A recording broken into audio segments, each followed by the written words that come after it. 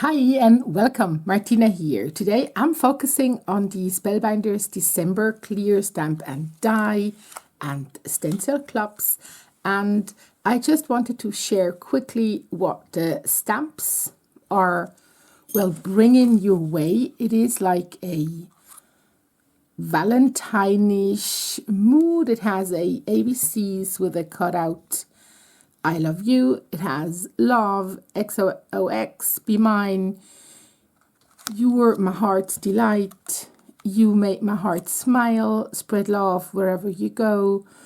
I've got a monster size crush on you. I think that's related to the other clubs of the month. You're my fuzzy, lovable monster forever, as well related to the other clubs. Thinking of you makes my heart skip a beat, forever yours, love you endlessly. And of course, we have the matching dies for the more shaped stamps, and the more rectangular ones, they don't come with a matching die.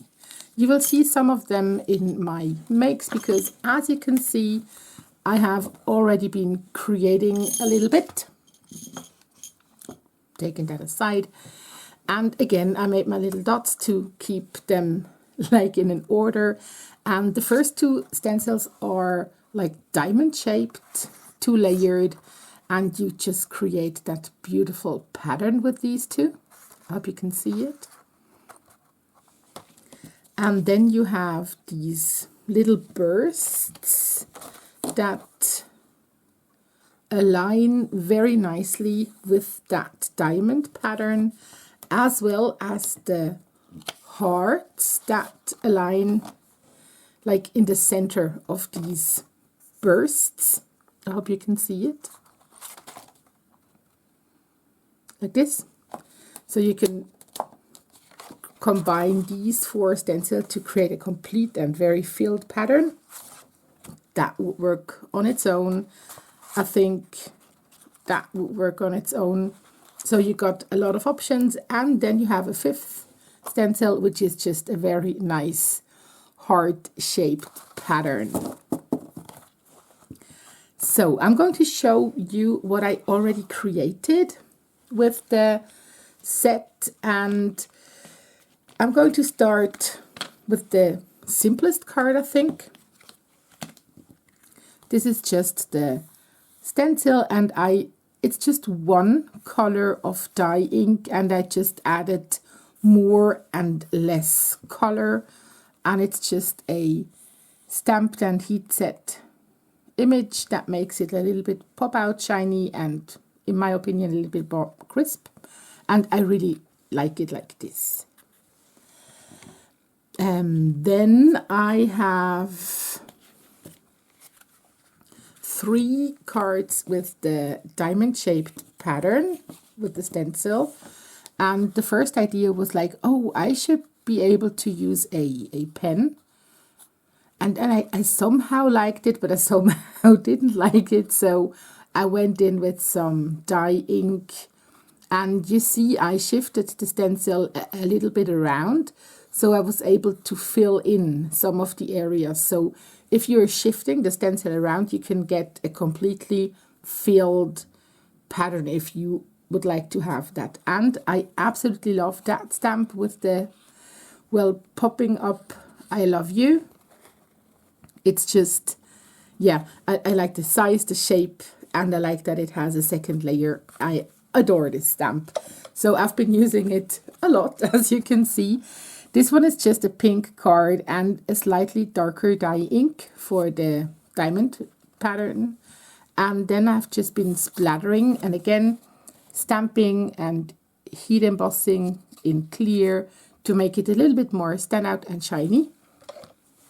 And this one is heat embossing galore. I've been using my embossing ink and clear embossing powder to create the pattern that's so shiny, and then I've been using a semi-ombre embossing ink in pink to create the hearts and a piece of vellum. And again, I hope you can see the shine here. It's like, again, stamped and heat embossed. I think I'm in my, with this month clubs. I'm in my heat embossing era. I don't know. And of course, I had some ideas that didn't work out.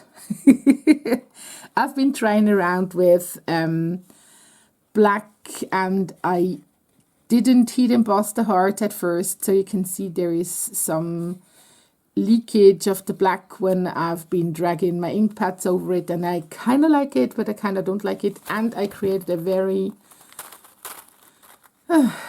unusable shaker lid for another card, and I'm just not going any further with these, but I will be creating a sibling card to this one with you, because I kind of like to create things that are similar but not the same.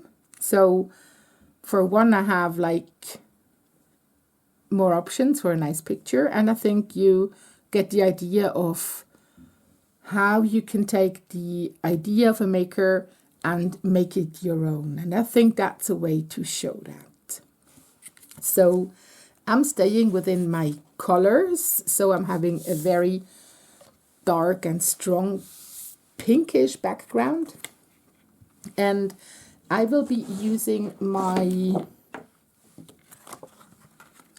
grit mat, even though I think I should have, I don't know, I have a little too little wiggle room where the stencils are grabbing, but I think we should be able to pull that one off. As I will be using heat embossing, I am using my anti-static powder just to prepare the paper so I will get a more clear and crisp image. And now I am aligning my stencil.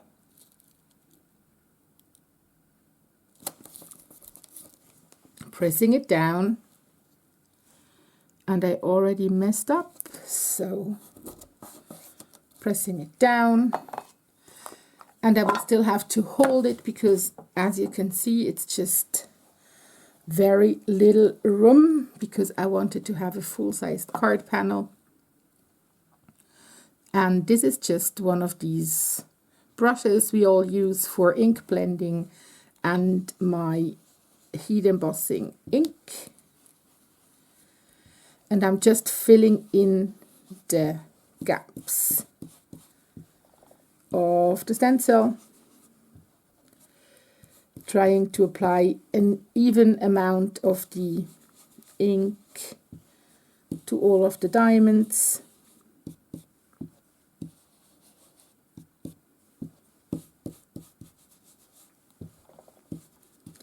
I know it's a little hard because you can't see it really, but I think now you should already be able to see it as it is saturated. And now for the first layer, I'm just going in and using clear embossing powder .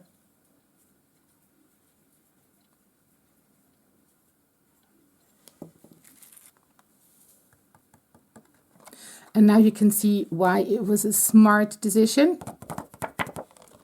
to use that anti-static tool.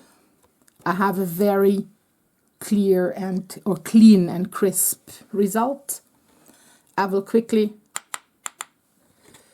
tap the excess powder off, and it's super clean and super crisp, and I'm very happy with that result.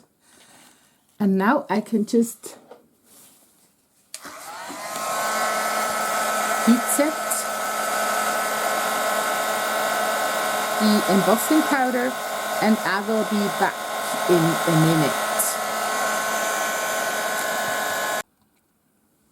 You should be able to see that the powder has molten, and I think it's super easy to work like this on colored cardstock because you can see where you already heat set the powder properly because it turns really shiny. And I have the first layer, and I'm now getting ready to apply the second layer of the diamond shapes. To do so, I'm using the second stencil. I'm aligning it again, and I will just repeat the same steps as I've been doing before. And I will just cut that part out of the video because it's really just repetition and probably a little boring.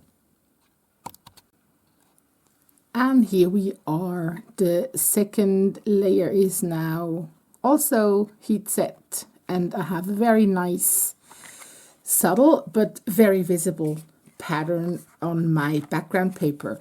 I could now go in and do the exactly same and just use a second color of embossing powder and just fill in these hearts. But I can also say I'm going to create a mashup between these two cards, and I'm going to apply these splatters to that card as well, which I think I'm going to do because I have that super beautiful, like pure shimmer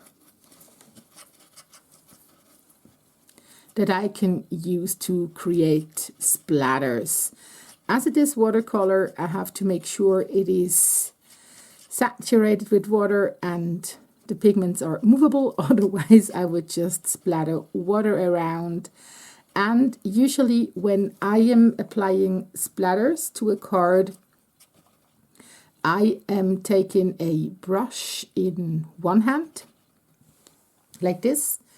And for example, the handle of a brush or a placement tool of sorts, because like this you can just tap to the back of your brush and you get very nice and small splatters. I hope you can see it. I'll stop the video here, add more splatters and come back when it's dried. Here we are back. I now have a very nice background with some interesting textures going on, as the splatters are shiny and the diamonds, as we know, are very shiny. And I will be just using the sentiment element from that card. So I am using a stripe of vellum, which I'll be quickly gluing to my grid mat because I think this makes stamping without too many wiggle mishaps a little bit easier. And I am thinking about, I think just the size of the stamp. There is that Love You Endlessly is very nicely, but I think thinking of you makes my heart skip a beat. It's also very nice, even though I don't have any hearts on my panel. I am again planning on using some embossing powder over my stamping, so I'm just using the embossing body, making sure my stamp is nicely saturated, and with the help of my grit I'm creating a very nicely aligned stamped image. You could use it like this, but as I already mentioned, I really like to heat set my stamped sentiments. I just think it is so little effort, but it changes the appearance of the whole project completely, because it raises the script and it makes it shiny, and I think you never have enough texture on a card. Before heat setting, I'm just making sure all my powder is back in the jar and the lid is closed. I had more than enough accidents. Excuse the noises. I'm just going to quickly heat set my sentiment.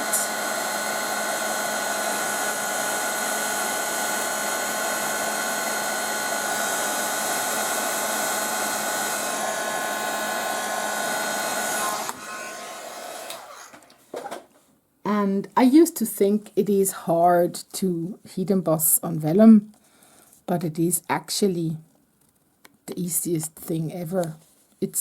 I think it's very forgiving and it melts so fast. So this is the sentiment, and I love how clear and crisp and shiny it is. And I'm now just adding it to my card base by using a little bit of double-sided adhesive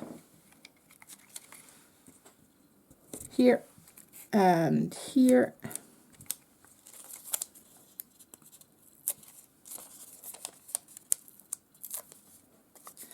And as this is such a graphic background, I can use that as a help to align it nicely.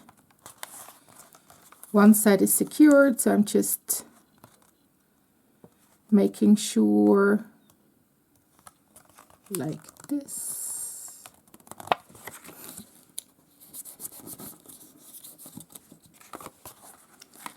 And here we are. I'm now just using a pre-made card base. I think this is Nina, the thicker one, which I absolutely love for card bases because it is such a nice color and so sturdy, which I absolutely need for my cards because they usually, as you can see here, I've been heat setting the card so it's not completely flat. I could go in and use something like this for some time, but as it is just a little bit of tension, I don't know if that's the correct term, on the card, I think it will flatten out with some glue on the back and, as I said, a sturdy card. Just quickly lifting all these protecting papers.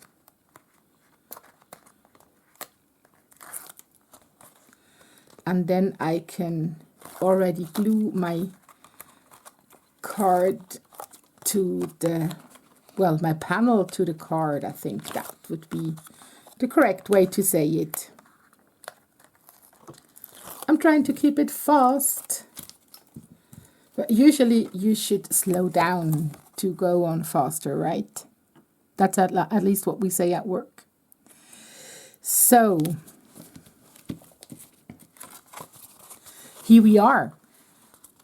Thinking of you makes my heart skip a beat in a very nice and shiny version, which is a mix of these two cards and aligns very nicely, sorry for the noise, with the others. I really hope you liked it. Thanks for watching. Have an amazing day. Bye.